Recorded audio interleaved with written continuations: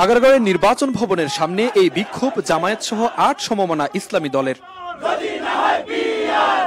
জুলাই সনদ বাস্তবায়ন আদেশ জারি ও গণভোট সহ ৫ দফা দাবি তাদের। এ সময় উঠে জাতীয় পার্টি ও ১৪ দলের কার্যক্রম নিষিদ্ধের দাবিও। পরে প্রধান নির্বাচন কমিশনারের কাছে পৃথকভাবে স্মারকলিপি দেন দলগুলোর প্রতিনিধিরা।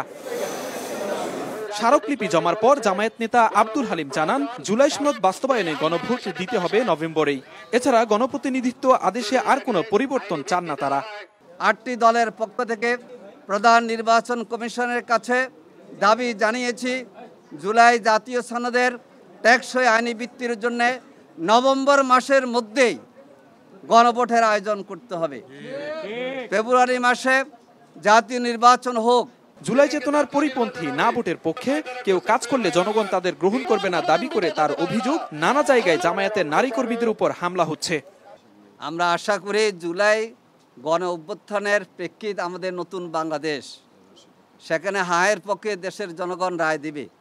যারা নায়ের দিবে, যাবে, কথা বলবে, জুলাইয়ের চেতনার পরিপন্থী এই কাজের কারণে জনগণের কাছে তারা দীক্ষিত শক্তি হিসেবে গণ্য হবে। ৩রা নভেম্বরের মধ্যে দাবি পূরণ না হলে ইসলামী দলগুলো নতুন কর্মসূচি দিবে বলেও হুঁশিয়ারি দেন তারা।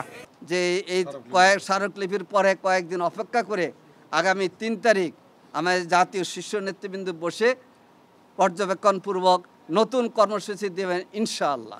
Jisan Ahmed, star news, Dhaka.